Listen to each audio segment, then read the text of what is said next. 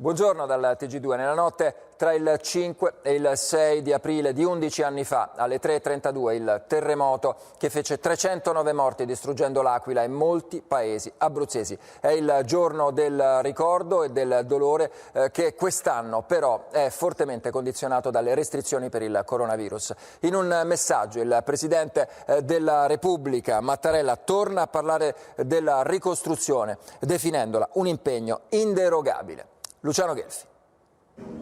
L'emergenza si fronteggia con tutta la capacità, la responsabilità e la solidarietà di cui siamo capaci. Parla anche della pandemia il presidente Mattarella nel messaggio al sindaco dell'Aquila per l'11° anniversario del terremoto che fece 309 vittime. Una pagina dolorosa, un ricordo indelebile. La lettera esprime vicinanza agli aquilani e a tutte le zone dell'Italia centrale colpite dal sisma successivamente e ribadisce come la ricostruzione rimanga una priorità e un impegno inderogabile per la Repubblica, un dovere morale che neppure l'attuale emergenza può far dimenticare.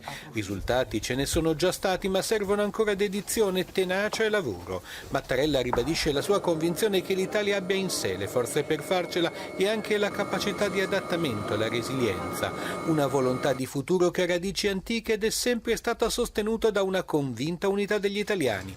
Vale per il terremoto come per il coronavirus. Quel senso di solidarietà e di condivisione, scrive il Presidente, sono un patrimonio prezioso cui attingere per superare l'emergenza di questi giorni. Arriva in Consiglio dei Ministri il decreto con gli aiuti alle imprese. Lo Stato si